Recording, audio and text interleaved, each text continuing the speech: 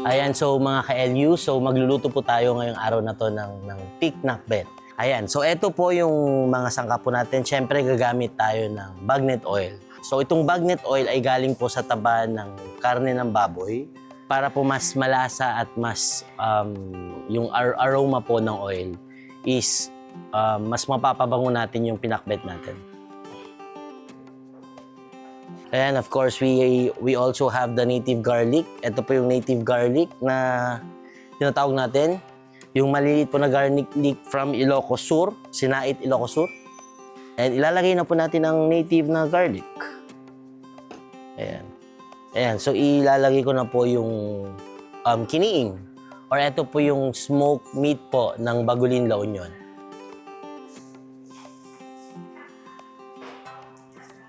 Ayan, so after po natin maisalang yung kiniing natin, of course, isusunod po natin ang bagnet. So ang bagnet po talaga ang tawag nila sa Ilocos Sur, but in Ilocos Norte, they call this as chicharon. Ayan po. Pero dito po sa La Union, ang tawag po namin ay bagnet din po.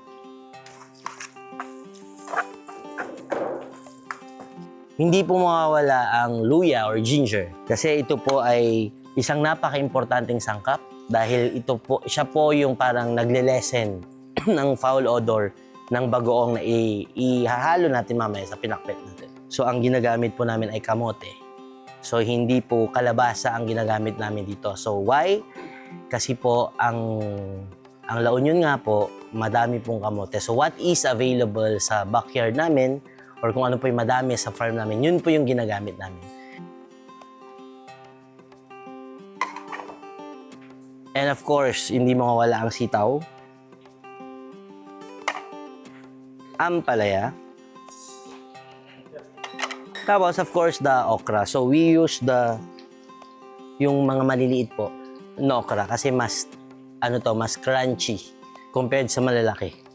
And mas madali po siyang maluto. And we use the sumayat na eggplant.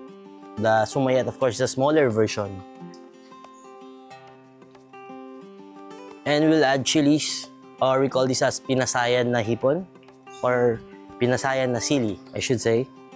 We don't slice yung mga tomato fruit or yung kamatis. We actually squeeze it para mas makuha natin yung juice and yung extract. So this is the munamon bagoong. So we used bagoong po or munamon or the anchovies. Ito po yung ginagamit naming bagoong dito sa La Union. And we put some buko juice. Ayan, so this is the innovation of Halo Al de Loco. We put buko juice para medyo mas manamis-namis ng konti yung sabaw. And this is kilas. Ayan. So ito po yung skin ng bagnet. So frinay po ito and then grenache po para mas mas malinamnam. Ayan. Ito po is yung pandan leaves para po mas bumango pa yung ating nilulutong piknakbet. So tatakpan lang po natin. Ayan.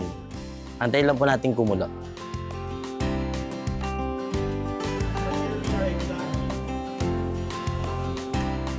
Ayan, so kumukulo na po yung ating piknakbet. So may ilalagay pa po tayong isa na sangkap. So ang tawag po namin dito ay tapong or yung bigas po na dinikdik. So ang gamit naman po nito ay para mas lumapot po at mas bumango yung ating piknakbet. So haluin lang po natin. Ayan, so mag-plating na po tayo. Ayan, kailangan maganda yung ating plating kasi alam nyo po, sabi nga nila, ang unang titikim daw po ay ang mata. So actually marami pong version ng pinakbet, no? Dito po sa La Union, dahil nga po maraming kamote, ayun po yung ginagamit namin. So parang whatever is available sa isang lugar, yun po yung yun po yung ginagamit natin. Okay. Galing mo.